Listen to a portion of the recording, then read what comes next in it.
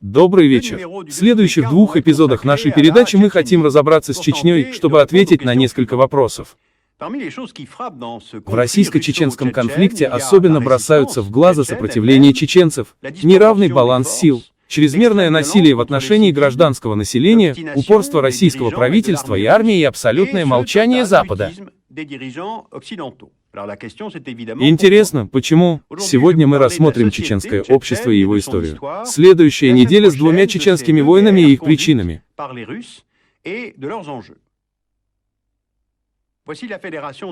Российская Федерация со столицей Москвой состоит из 89 территориальных единиц, различающихся статусом. Территории, областей 21 республика. Чечня – одна из республик. По сравнению с Российской Федерацией, которая простирается на 17 миллионов квадратных километров, Чечня составляет 16 тысяч квадратных километров. И там живут 700 тысяч из 147 миллионов жителей России. Вот вам и административные данные на национальном уровне.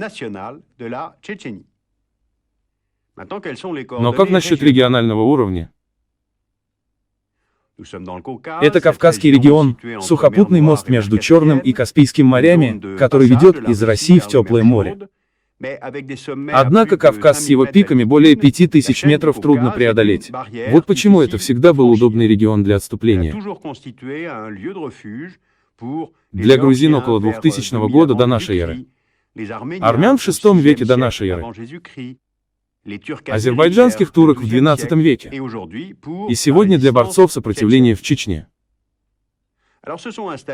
Многочисленные народы с разными культурами и языками поселились в этом регионе. Сейчас они живут к югу от Большого Кавказа в Азербайджане, Грузии и Армении. И к северу от него в 7 из 21 республики РФ. Так что чеченцы – один из северокавказских народов. Они живут там 2000 лет и, как и их соседи ингуши, являются вайнахами и кавказцами, поэтому они не говорят на индоевропейском или турецком языках. Теперь перейдем к этнологическим данным чеченского общества, в котором, в отличие от России, не было князей. Это было даже бесклассовое, бесправительственное общество, которое в определенной степени самоуправлялось. Каждая община была автономна и не могла навязать свою волю кому-либо еще. 9 звезд на чеченском флаге символизируют 9 племен, так называемые тукхумы. Их сплоченность основана на общих предках и диалектах. Каждое племя сформировало экономическое и военное сообщество из примерно 10 кланов, тейпов, которые получили свое название от гора или географического названия и основывались не на кровных узах, а на общих военных и экономических целях. Вы можете подумать, что все это не имеет ничего общего с российско-чеченским конфликтом, но это не так. Прежде всего, кланы проявляют солидарность друг с другом в экстремальных ситуациях, потому что, если человек не проявляет достаточного мужества в борьбе с врагом, он выглядит плохо в глазах других, потому что он способствует общему несчастью. А поскольку моральный закон, адат, который регулирует межличностные отношения, он всегда стоял выше иностранных российских или советских законов. Каждое наступление русских, таким образом, способствовало солидарности между кланами и укрепляло чеченское национальное чувство.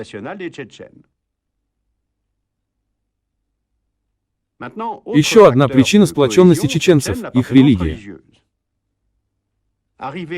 Ислам пришел из Османской империи и Персии в 15 веке и преобладал в Чечне в конце 18 века. Но вопреки распространенному мнению, он умеренный, суннитский и делится на братство.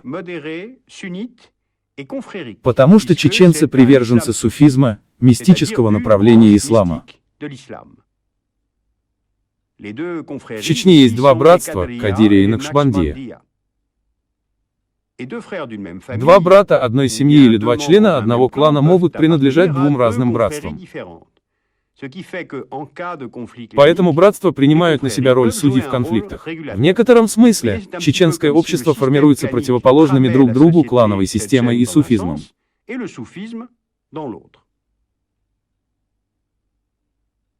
Наконец, Россия разделяет ответственность за чеченские национальные чувства. В конце XVI века Россия была лишь континентальной державой, которая из-за своего внутреннего положения стремилась получить доступ к южным морям, Черному морю и Дарданеллам, которые контролировались Османской империей с XVII века.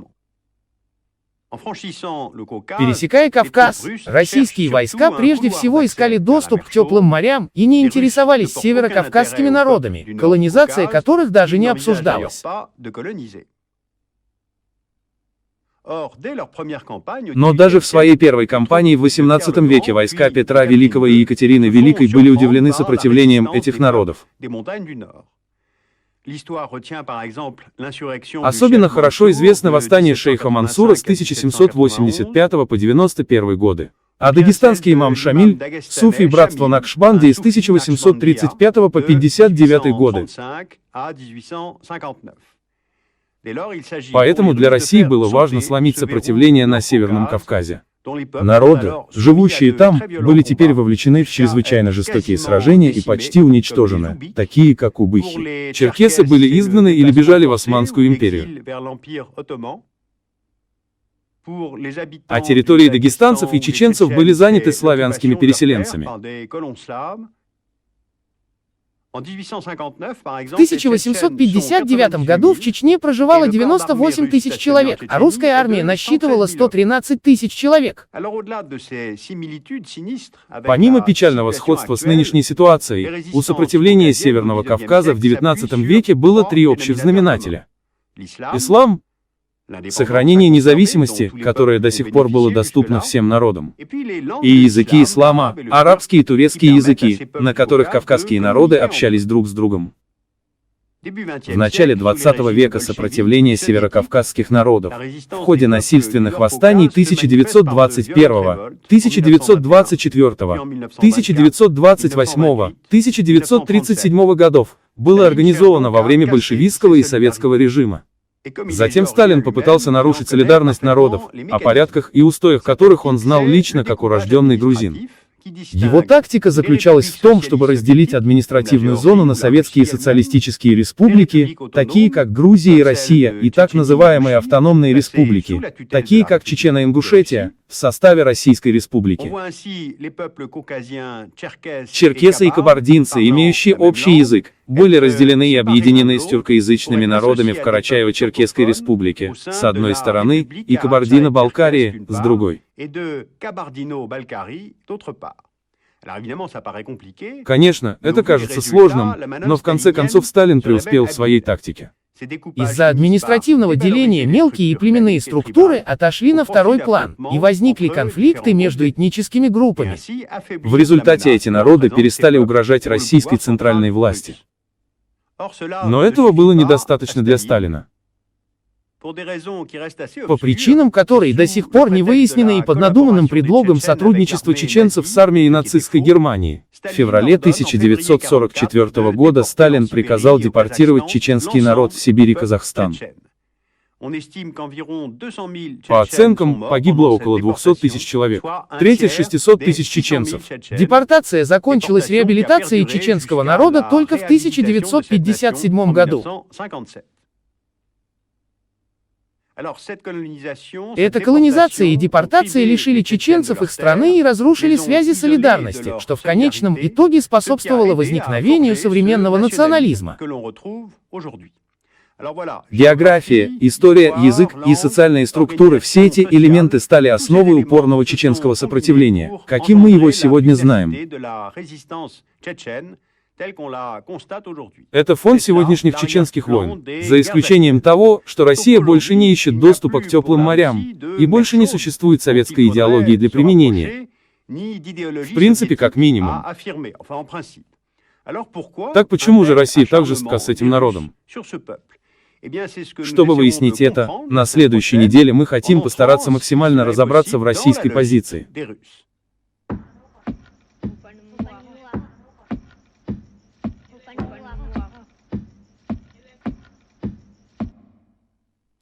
Александра Дюма повествует о сопротивлении имама Шамиля, о котором я упоминал ранее, в книге «Шамиль. Эля Резистонс Чечони Конте Лерус» издательства Наутилус. Также рекомендуется книга Лоуренса Бенелио «Шардон Чечен» издательства Сирос Жунес и очень хорошая книга российской журналистки Анны Политковской «Чечени люди из Нерус» издательства Бачет, Частел.